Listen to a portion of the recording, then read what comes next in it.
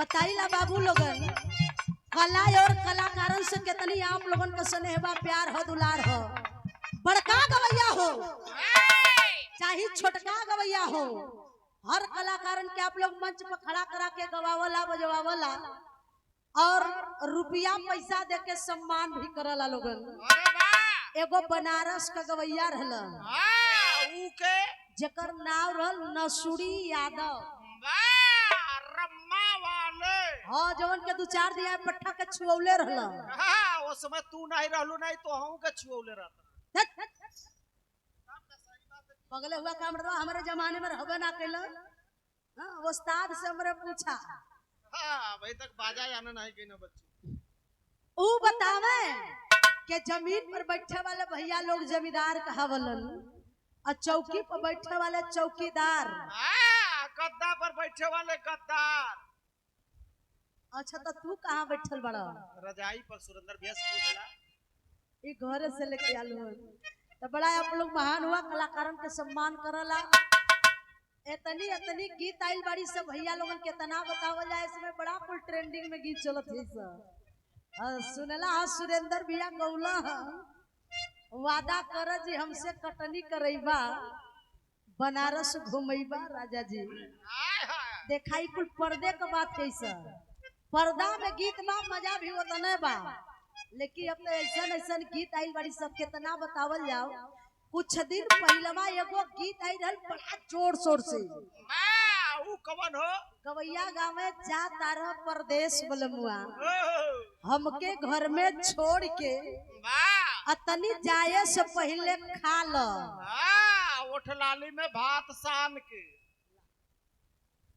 एहू पगले से पूछा ओठलाली में भात सनाई के कोई मर्दवा। हाँ काहे न खवा जैसा 100 ग्राम नीचे ऊपर बाय पागल हो गया। एगो ही बिचवा में और गीत आई रहल वो बड़ा तहलका मचौले रहल। ओही रे जगहिया दाते काट ले राजा जी। आज तक पता ना चलल के ऊ कहां कटल। 3 जने जानत हुआ हो। ऊ के जानत है बच्ची? हां आसाराम राम रहीम फरारी बाबा। ओही मठ कई हो मठा पुजारी हुआ। हां जल्ला तो बड़ा बड़ा गीत आइल बड़ी सन कितना बतावल जा। हमरे मास्टर के कली तैसा अपने जवानी वाली बजैहा तो ये तोरे जवानी में बजतल भैया। ये गीत ये समय का ट्रेंडिंग में चलतिया। कौनो दुल्ही अपने दुल्हा से खुश है। वाह राती के दिने बताइला भैया के मेहरारू कबो कबो अपने मर्दन से खुश होली। और जब खुश होइए ते ना बढ़िया चोन्हाई के बोली है केतनो मर्दन का कलेजा पत्थर कर हो तका। हां पिघल के अलकतरा तो होइए जाला। जल्ला ना केतनो मर्द गुस्सियाइल बड़ो मेहरारू बड़ा प्यार से मना लेवली। सुरेंद्र भैया मेहरारू बड़ा प्यार से मना लेवली, लेकिन जानला जब मेहरारू वहां जाले तब मर्दन के मनावे में कुल कुल कर्म हो जाले। मान जानी हो मान जानी बड़ा जल्दी। ऊ कैसे बच्ची? डंडा से बच्ची। मेहरारू डंडा से मनावली छी। हां 15-16 डंडा मारा 5-6 महीना की आराम आया। पागल हुआ। मास्टर गीत बजावत हुआ। कौनो दुल्ही अपने दुल्हा का कमजोर नसीब पकड़ ले हो।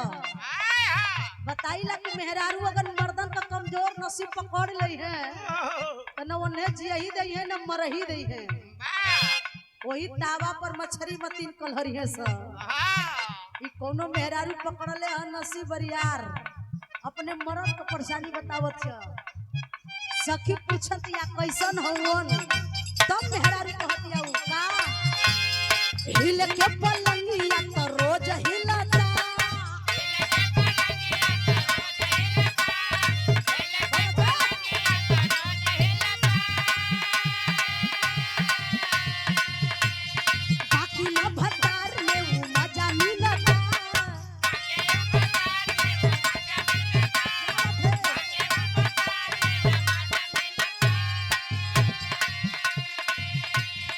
हिल के पलंगिया तो रोज हिलता।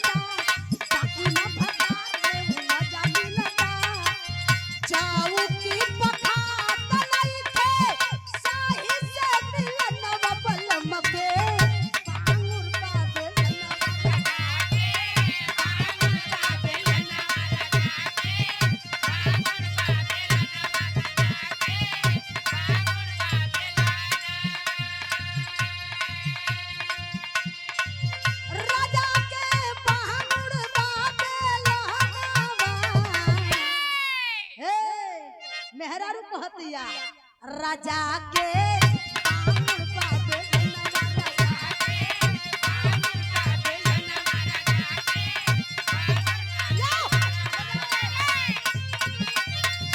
या भैया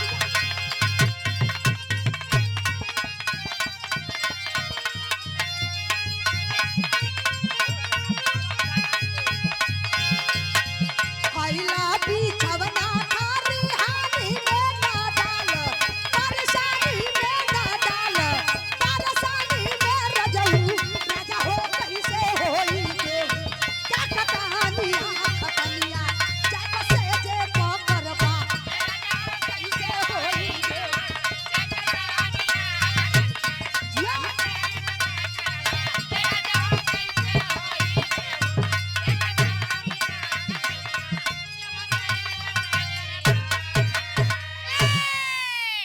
ए भैया तो देखे तमाम सा धूम तर सुने के मिलेला और बहुत नीमन आप लोग सहरा गीत सुन ले जा एगो छोटा सा प्रसंग हमारी ओर से बा।